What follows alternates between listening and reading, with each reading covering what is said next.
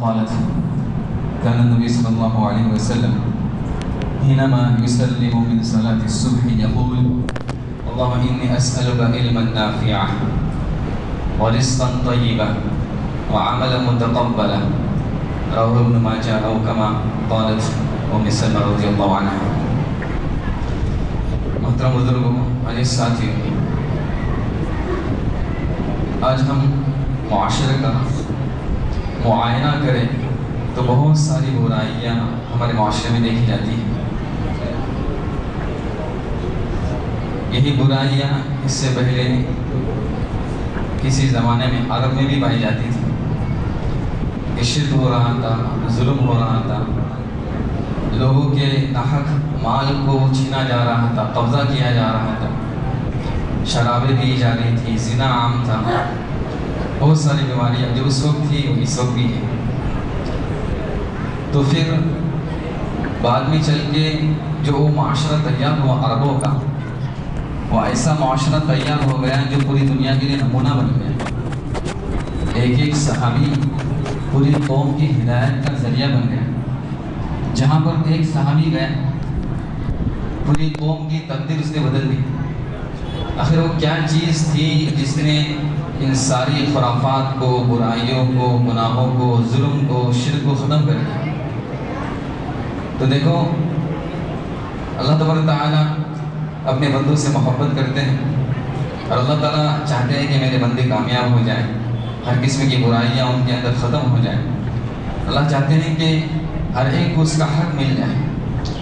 تو اللہ تعالیٰ کتنے حکیم ہیں، مدبر ہیں، اور کتنے بڑے اللہ تبارک تعالیٰ حکمت والے ہیں کہ رسول اللہ صلی اللہ علیہ وسلم پر اللہ تعالیٰ نے سب سے پہلے جو وحی اتاری وہ اقرا کی وحی اتاری۔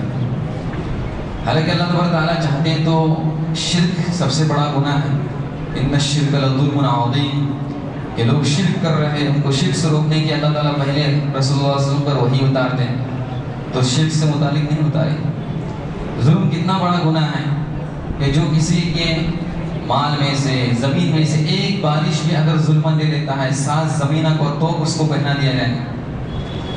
کہ اللہ رسول نے فرمایا کہ مفلس وہ ہے میرے امت میں جو بہت ساری نیکیاں لے کے آئے، نماز، روزہ، زکوٰۃ لے کے آئے، لیکن کسی کا حق کھایا ہے تو حق والے آئیں گے اور ان کو ساری اس کی نیکیاں دی جائیں۔